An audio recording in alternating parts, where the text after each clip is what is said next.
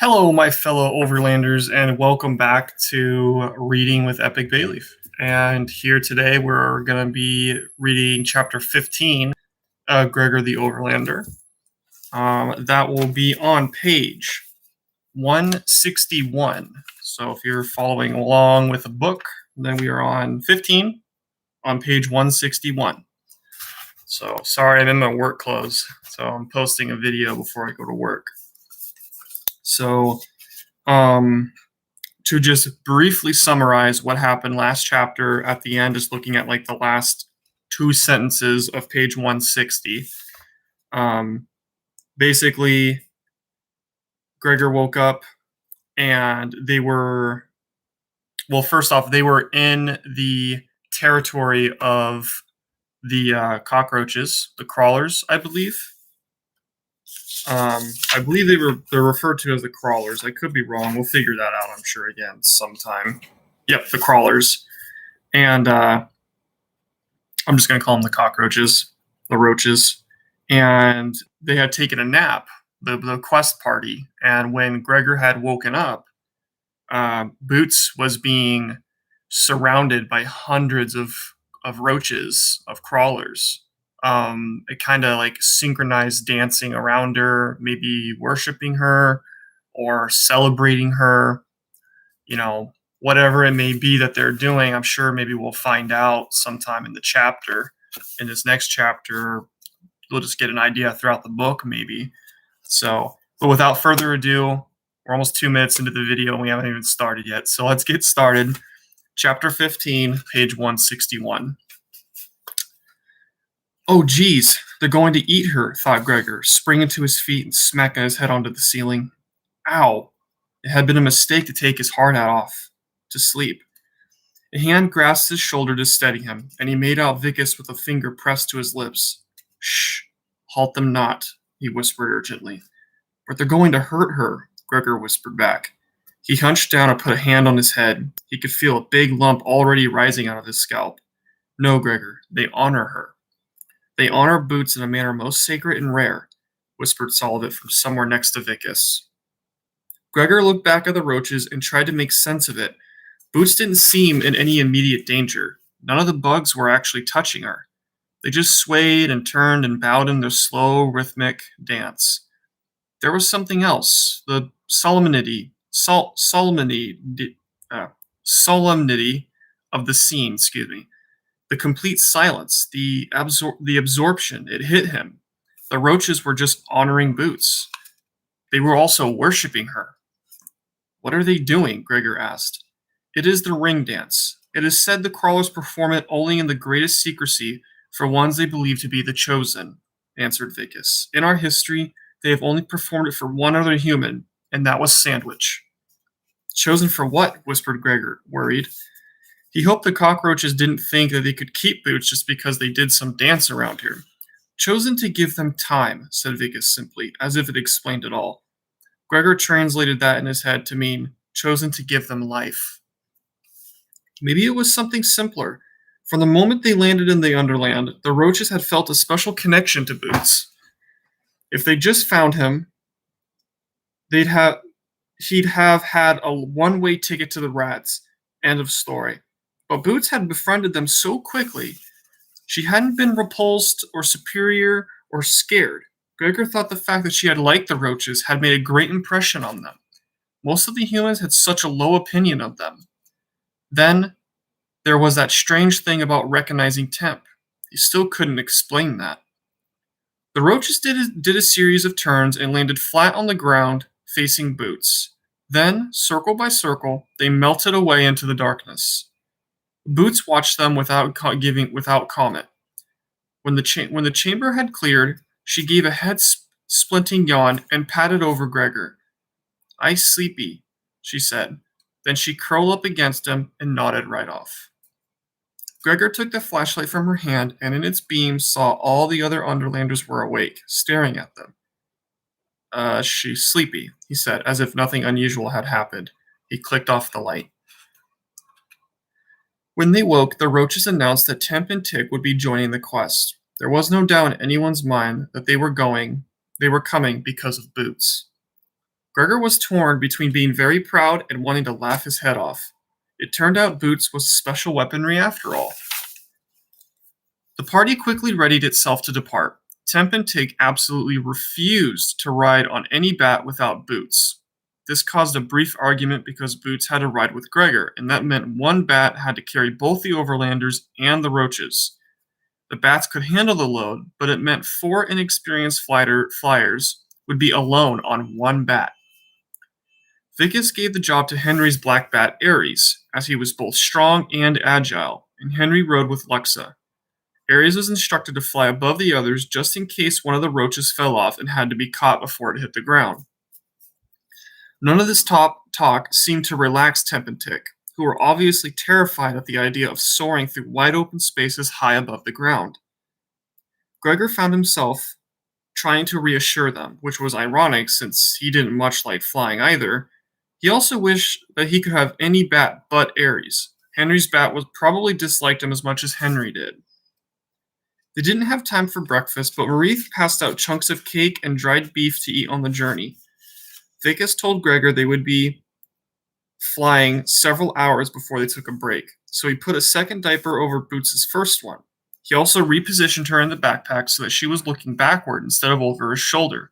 That way, she could chatter with Temp and Tig, maybe distract them from their fear.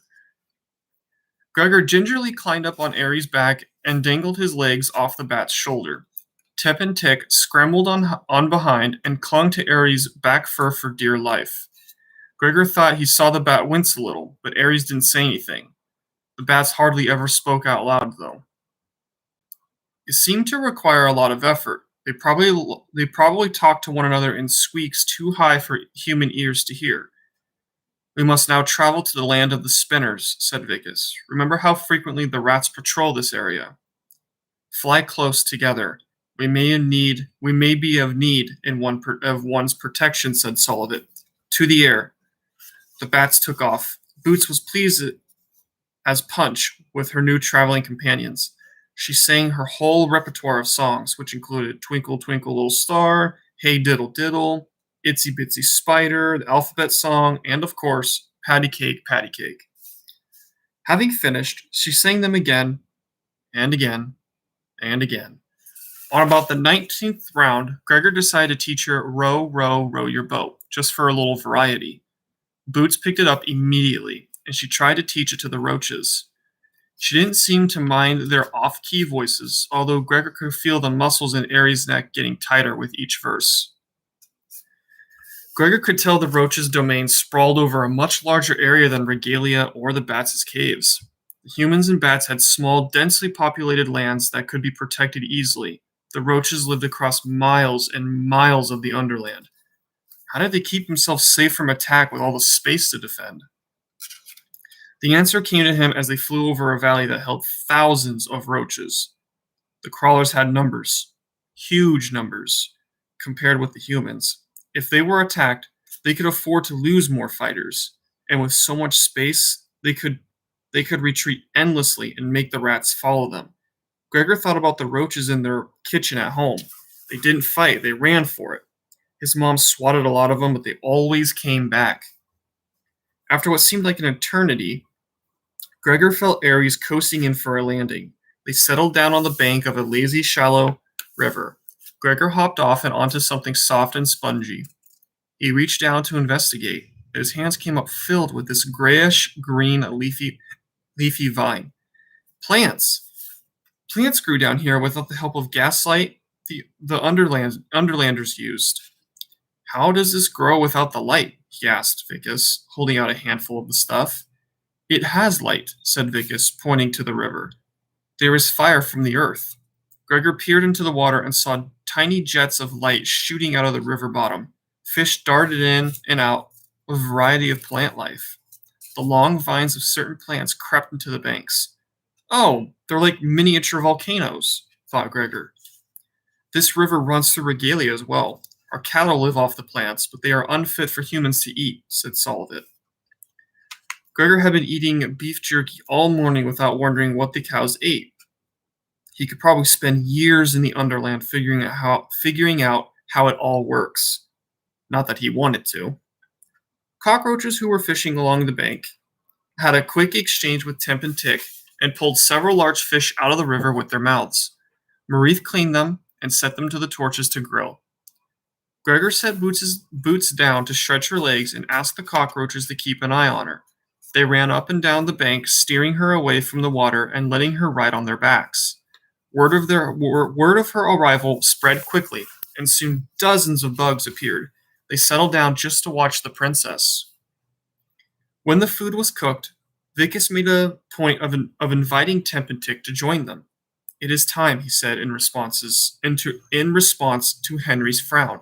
"It is time those of the prophecy became of one journey, of one purpose, of one mind. All are equal here." Temp and Tick still sat off to the side behind Boots, but they ate with everyone else. "It is not far now," said Vicus, pointing out to a small tunnel. "One can make it shortly, even on foot." "To my dad?" asked Gregor. "No, to the spinners. We must persuade 2 to join us on the quest," said Vicus. "Oh, yeah, the spinners," said Gregor. He hoped they were more into a trip than the roaches had been. They were just finishing up the meal when all 5 bats jerked their heads up.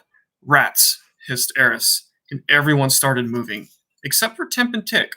All the roaches vanished into the shallow tunnels that led away from the riverbank.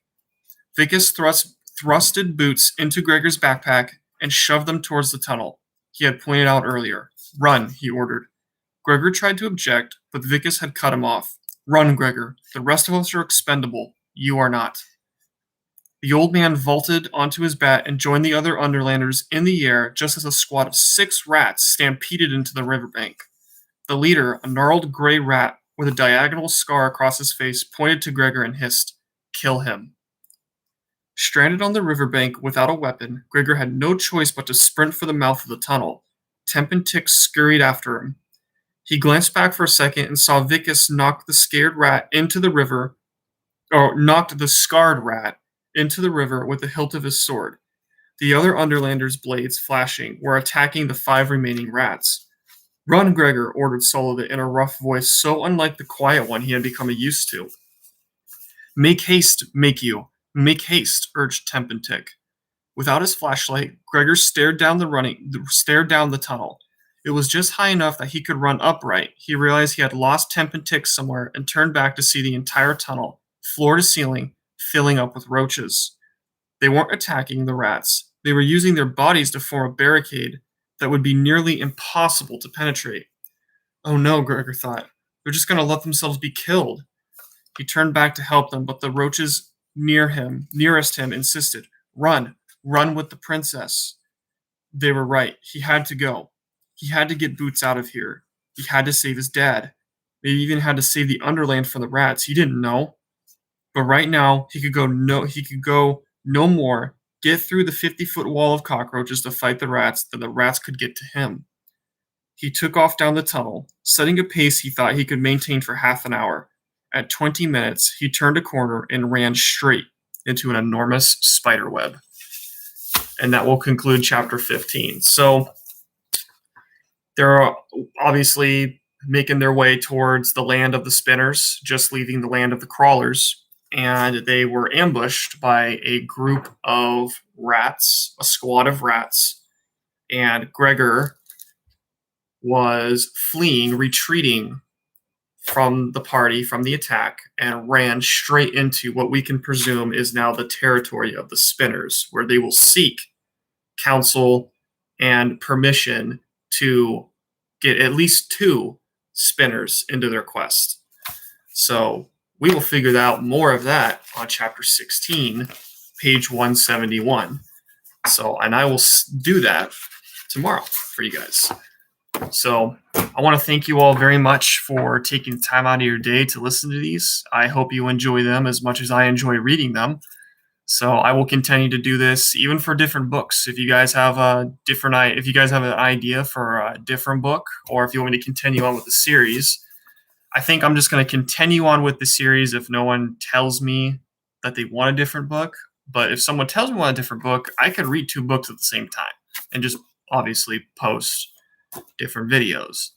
So, but like I said before, thank you very much for taking the time. to listen to this. If you liked this video or liked any of the past videos, please like it, subscribe even, comment down below in the comment section. Just talk amongst each other, ask me questions. Like I always say, I read every single comment and I will respond to every single comment.